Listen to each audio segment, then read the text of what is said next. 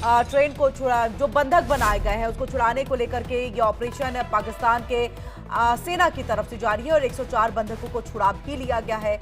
Operation में BLA के तरफ से जो है 16 लड़ाके मारे गए हैं। पाकिस्तान सेना के 140 जवान बंधक बनाए गए।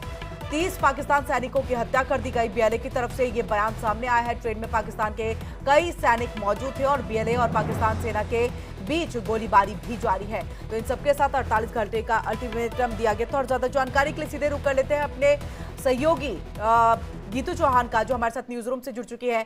गीतू, क्या कुछ जानकारी है, क्योंकि लगातार जो है पाकिस्तान की सेना हाईजैक ट्रेन और वहां पर जो बंधक बनाए गए लोग हैं उनको छुड़ाने की कोशिश में जुटी हुई है।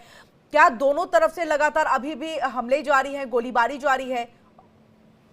बिल्कुल। और किरण, मैं आपको बता दूं, दोनों तरफ से अभी गोलीबारी जारी है। बीएलए की तरफ से, पाकिस्तान सेना की तरफ से ये गोलीबारी चल रही है और कोशिश की जा रही है कि इस हाईजैक ट्रेन को, जो यात्री इसमें मौजूद है, उन्हें छुड़ाया जाए। लेकिन अभी ये संभव नहीं लग रहा है, क्योंकि लगातार जो बीएलए है वो अपनी मांगों पर अड़ा हुआ है। और यहाँ पर देखिए, जो सरकार के लिए एक बड़ी परेशानी ये हो गई है कि ट्रेन को हाईजैक किए हुए तकरीबन 10 घंटे हो गए हैं और वो चाहते हैं कि बलूच कैदियों को तुरंत रिहा किया जाए। लेकिन यहाँ पर जो पाकिस्तान सरकार है वो ऐसा नहीं करना चाहती। हालांकि बताया यह जा रहा है कि 104 जो बंधक हैं उन्हें छुड़ा लिया गया है पाकिस्तानी सेना के द्वारा।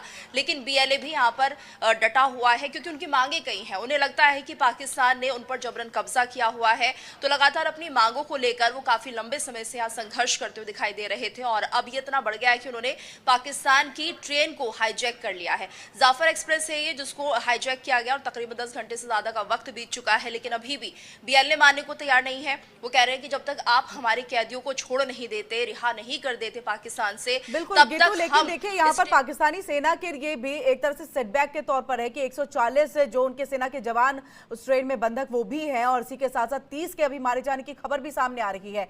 ऐसे में अगर इन बलूचिस्तान लिबरेशन आर्मी के लोगों को नहीं रोका जाता है, लड़ाकों को नहीं रोका जाता है या उनकी मांगे पूरी नहीं होती है, तो पाकिस्तानी सेना के लिए एक मुश्किल की घड़ी भी हो सकती है। बिल्कुल किरण, ये मुश्किल भरी घड़ी हो सकती है, क्योंकि यहाँ पर जो बीएलए है वो मानने को तैयार नहीं है। बलूचिस्तान लिबरेशन आर्मी पूरी तरह से डटी हुई है। हालांकि कोशिश जरूर की जा रही है पाकिस्तानी सेना की तरफ से कि वो किसी भी तरह से बंधकों को छुड़ा ले, और अब तो खुद उनके जवान भी बंधक बन चुके हैं।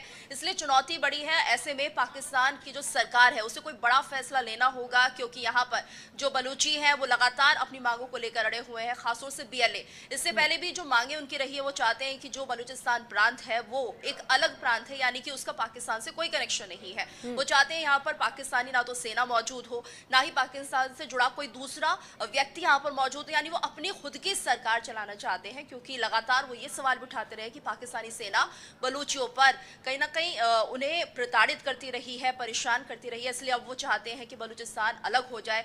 दूसरा ये कि चाइना के साथ जिस तरह से सीपैक को लेकर समझौता हुआ है पाकिस्तान का, वहां पर जो उनकी नेचुरल रिसोर्सेज है उनका दोहन हो रहा है, तो ये एक बहुत बड़ा मुद्दा है उनके लिए। इसलिए इस बार नहीं लगता है कि वो किसी भी तरह से मानेंगे। जी, बहुत बहुत शुक्रिया गीतू, तमाम जानकारी हम तक यहाँ पर पहुंचाने के लिए। और इसी के साथ इस न्यूज बुलेटिन में इतना ही। रुकेंगे एक छोटे से ब्रेक के लिए, लेकिन देश दुनिया की हर खबर से